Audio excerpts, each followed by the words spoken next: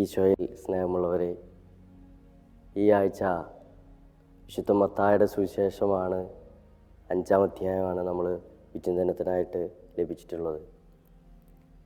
വിശുദ്ധ മത്തായിയുടെ സുവിശേഷം 5-ാം അധ്യായം മലയിലെ പ്രസംഗത്തിൻ്റെ ഭാഗമായിട്ട് ഉള്ളൊരു വചനഭാഗം. അവിടെ നിയമത്തെക്കുറിച്ചാണ് പ്രതിപാദിക്കുന്നത്. നിയമത്തിൻ്റെ പൂർത്തീകരണത്തെക്കുറിച്ച് ഈശോ പറയുകയാണ്. നിയമം അനുഷ്ഠിക്കുവാൻ മറ്റുള്ളവരോട് പറയുന്നവരാണ് നിയമജ്ഞരും ഫരീസേയരും ഈശോയോടൊപ്പം തന്നെ ഉണ്ടായിരുന്നു.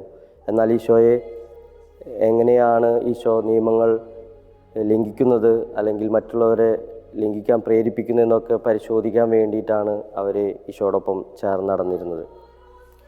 എന്നാൽ ഈശോ പറയുന്നു, നിയമം പൂർത്തീകരിക്കാനാണ് ഞാൻ വന്നത്. ദൈവത്തിൻ്റെ 10 കൽപ്പനകൾ പഴയ നിയമത്തിൽ നമ്മൾ കാണുന്നുണ്ട്. 10 കൽപ്പനകൾ ലഭിച്ച യഹൂദജനം അതിൻ്റെ വ്യാഖ്യാനങ്ങളും മറ്റുമായിട്ട് ജനങ്ങളെ ഒരുപാട് ബുദ്ധിമുട്ടിക്കുന്ന രീതിയിലേക്കുള്ള വ്യാഖ്യാനങ്ങളായിട്ട് ഫരിസേയരും നിയമജ്ഞരും കടന്നു പോവുകയാണ് ഉണ്ടായത്. അതുകൊണ്ട് തന്നെ ആ കാലഘട്ടത്തിൽ മനുഷ്യർക്ക് ഒന്നും തന്നെ ചെയ്യാൻ പറ്റാത്ത അവസ്ഥ. ആ രീതിയിലേക്ക് നിയമം വ്യാഖ്യാനിച്ചുകൊണ്ട് മുന്നോട്ട് പോകുന്ന അതിനിടയിലേക്കാണ് ഈശോ കടന്നു വന്ന് പറയുന്നത്, നിയമത്തിൻ്റെ പൂർത്തീകരണമാണ് ഞാനെന്ന്. ഈശോ പറയുന്ന 2 കാര്യങ്ങളാണ്. ഈ 10 കൽപ്പനകളെ 2ആയി നമ്മൾ സംഗ്രഹിക്കാറുണ്ട്. അതിൽ 2 കാര്യങ്ങളാണ് ഈശോ പഠിപ്പിക്കുന്നത്.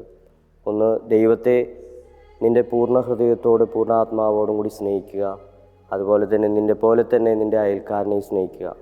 ഈ ദൈവസ്നേഹത്തെ നിയമവുമായിട്ട് നിയമത്തിൻ്റെ പൂർത്തീകരണമായ ദൈവസ്നേഹത്തെയും മനുഷ്യസ്നേഹത്തെയും പ്രതിപാദിക്കുന്ന ഒരു ഭാഗമായിട്ടാണ് നമ്മൾ കാണുന്നത്. ഇന്നത്തെ ലോകത്തിൽ നടക്കുന്നത് എന്താണ്?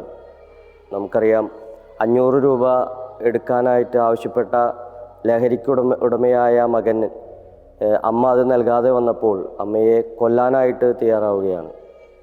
തൻ്റെ കാമുകനോടൊപ്പം ജീവിക്കാൻ ആഗ്രഹിക്കുന്ന ഭാര്യ സ്വന്തം മകനെ കൊല്ലാനായിട്ട് തയ്യാറാവുകയാണ്. എവിടെയാണ് സ്നേഹം?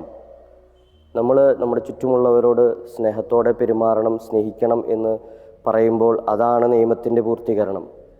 നിയമം സ്നേഹത്തിലധിഷ്ഠിതമാണ്.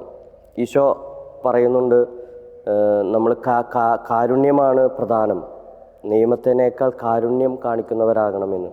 സ്നേഹത്തിൻ്റെ വളരെയധികമായിട്ടുള്ള ബഹിസ്ഫുരണമാണ് കാരുണ്യം. അപ്പം സ്നേഹവും കാരുണ്യവും ഒരുമിച്ച് പോകുമ്പോൾ നിയമത്തിൻ്റെ പൂർത്തീകരണമായിട്ട് തീരുകയാണ്. ഈശോ നമുക്ക് കാണിച്ചു തരുന്ന മാതൃക അത് തന്നെയാണ്. മറ്റുള്ളവരെ സ്നേഹിക്കാനും മറ്റുള്ളവരോട് കാരുണ്യം കാണിക്കാനും ഈശോ നമുക്ക് കാണിച്ചു തരുന്ന മാതൃക നമ്മുടെ ജീവിതത്തിലേക്ക് നമുക്ക് ഓരോരുത്തർക്കും സ്വീകരിക്കാം. നമ്മൾ ഈ ആഴ്ച നമ്മൾ നിയമത്തെക്കുറിച്ച് ചിന്തിക്കുമ്പോൾ അതിൻ്റെ പൂർത്തീകരണമായ സ്നേഹത്തെക്കുറിച്ച് ചിന്തിക്കാനും നമ്മുടെ അനുദിന ജീവിതത്തിലെ എപ്രകാരമാണ് മറ്റുള്ളവരെ സ്നേഹിക്കാനായിട്ട് സാധിക്കുക എന്നുള്ളത് മനസ്സിലാക്കാനും നമുക്ക് പരിശ്രമിക്കാം. അതിനനുസരിച്ച് ജീവിക്കാനും ദൈവസ്നേഹവും സഹോദര സ്നേഹവും നമ്മുടെ ഓരോരുത്തരുടെയും ജീവിതത്തിൽ ഉണ്ടാകട്ടെ. ദൈവം നമ്മെ ഓരോരുത്തരെയും സമൃദ്ധമായി അനുഗ്രഹിക്കട്ടെ.